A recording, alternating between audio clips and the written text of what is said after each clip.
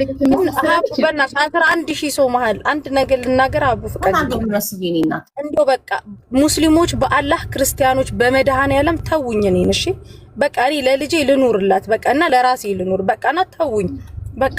ማንም ጋር ሀቡ እናቴ ትሙት እኔ ማንም ጋር እየደረስኩ አይደለምና በቃ ተውኝ። መሲ በየቤቱ ስለምትገቢ እኮ ነው እንደዚህ ተናቅሽው። በየቤቱ ጡል አትበይ። በቃ የምትፈልጊው መናገር የምትፈልጊው ነገር ቤትሽ ከፍተሽ ተናገሪ። የሰው ልጅ ራሱን የሚያስከብረው ቲክቶክ ላይ ራሱ ነው። በየቤቱ አትንጦልጦይ። ለማንም መልስ አትስጪ። መርገጥ የምትፈልጊውን ቤትሽን ከፍተሽ እርግጥ አድርጊ እስኪወጣለሽ ድረስ። በተረፈ ማንም ገስት ላይ እየሄድሽ አትንጦልጦይ። በዚህ መንገድ ነው ራስሽ የምታስከብሪው። በተረፈ የሚያማሽ ከኋላሽ ይማሽ፣ ምን አገባሽ? አታይ ምን ከኋላ ፎቶዬን እየለጠፈ የሚያማ ይማኝ፣ ምን አገባኝ? ወንድ የሆነ ሰው ግን እኔን ቤቱ ጠርቶ ገስት ላይ አንጠልጥሎ ይረግጠኛል። ወንድ የሆነ ሰው እስኪ ቲክቶክ ላይ እኔን ይጥራኝ። አለን የሚሉ ትልልቅ ነን የሚሉ ሰዎች ጠርተውኝ፣ ሁሉም ትልልቅ ነን በሚሊዮን ፎሎ ያላቸው ሄደውላቸው፣ እኔ ጀግና ሀቢባ ብቻ ነኝ ያልሄድኩላቸው። በነጋታው ቪዲዮ የሰራውላቸው እነሱ እኔን ጠርተው የማናገር ሞራል እንደሌላቸው የነገርኳቸው። ወንድ የሆነ ሰው ለምን? በራሴ ስለምተማመን፣ በንጽህናዬ ስለምተማመን። ንጹህ ነኝ የምትሉ ከሆነ ራሳችሁን አክብሩ። ለማንም ራሳችሁን አታብራሩ። አለቀ። ከስድብ ውጭ ማን አባቱ ምን ያመጣል? ስድብ ነው። እኛም እኮ መሳደብ እንችላለን፣ ስለማንፈልግ ነው እንጂ ስለማይመጥነን ነው እንጂ ስድብ። መሲ የዋህነቷ ነው የሚጎዳት። እኔ ነግሬያታለሁ ደጋግሜ ነገርኳት። ተይ እና ሀቡ ይሄንን አጀንዳ ራሱ አሁን አንቺ ቤት ጠርተሽ ጠየቅሽኝ፣ አልሰማሁምም። እኔ ከመብረቁ ጋርም በእንደዚህ አይነት ጉዳይ አላወራሁም። እኔ ኬት አምጥተው እንዳወሩም አላውቅም። እሺ ሀቡ እሺ መስዬን እናውቃለን። ማሪ ጀስት ብቻ ማለትም ባካችሁ ለምታውቂያት ሳጂን የምታውቂያት ሆኖ እንድትነግሪኝ ነበረ። ማለትም ስለምታውቂያት እኔ አንዴ እሱንም እኮ ማታከባ ትዝም አትለኝም። እናቴ ትሙት መልኳ ምናምን ትዝ አትለኝም። ብቻ ግን የሆነ ቻይና ነገር ነው የምትመስለው። እንትን ሂዩማን እስከዚህ ድፍት ስለምታረግ አታውቂያት። እንግዲህ ይሄ ነው በቃ ቶሎ አድርጉኝ። እሺ ለማንኛውም እዚህ ያላችሁ አልገባሽም እንዴ? ቆይ እስቲ 30 ሺህ ሳትገባ ዛሬ አንላቀቅም ጋይስ። ውድ ፐርፊውም አትፈልጉም? አትሊስት ይሄ ሁሉ ስሜን አቡዬ አመሰግናለሁ። ልውጣ?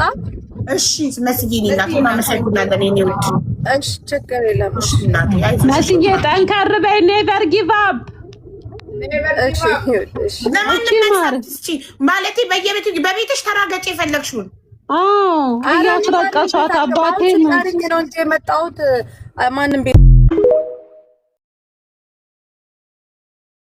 አቡዬ አንቺ ቤት በተደረገው እርቅ መሰረት ባደረግሽው ውሳኔ መሰረት እህቴን አክብሬ እዛ የወሰንሽውን ውሳኔ ጠቅላላ ንብረቴን ሽጬ ገንዘባቸውን መልሼ ህዝቡ ጠቅላላ በኔ የተበደለው ሁሉ ገንዘቡን ወስዶ ትክክለኛ ህይወት እየኖረ ቤተሰባዊ የመደዋወል ነገር በኔ የተሸወሉት ጠቅላላ ማለት ነው። እና ይሄን ነገር በጣም ብዙ ሰዎችም አልሰሙትም። የለቀኩትን ቪዲዮ ያው ያንን መጥፎውን ነገር ሲያብላሉት ኖረው ጥሩ ነገር ሲመጣ ደግሞ ያው አበሻ ታውቂዋለሽ ደብቀውት ምንም ቪዲዮውን ቫይራል ያልወጣበት ሁኔታ ሆኖ ነው። እና ብዙ ሰዎች ኮሜንትም ላይ አንዳንድ እየመጡ ሌባ ይላሉ። እኔ የ50 አለቃ ጥጋቡ ገብሬ ልጅ የወታደር ልጅ ነኝ።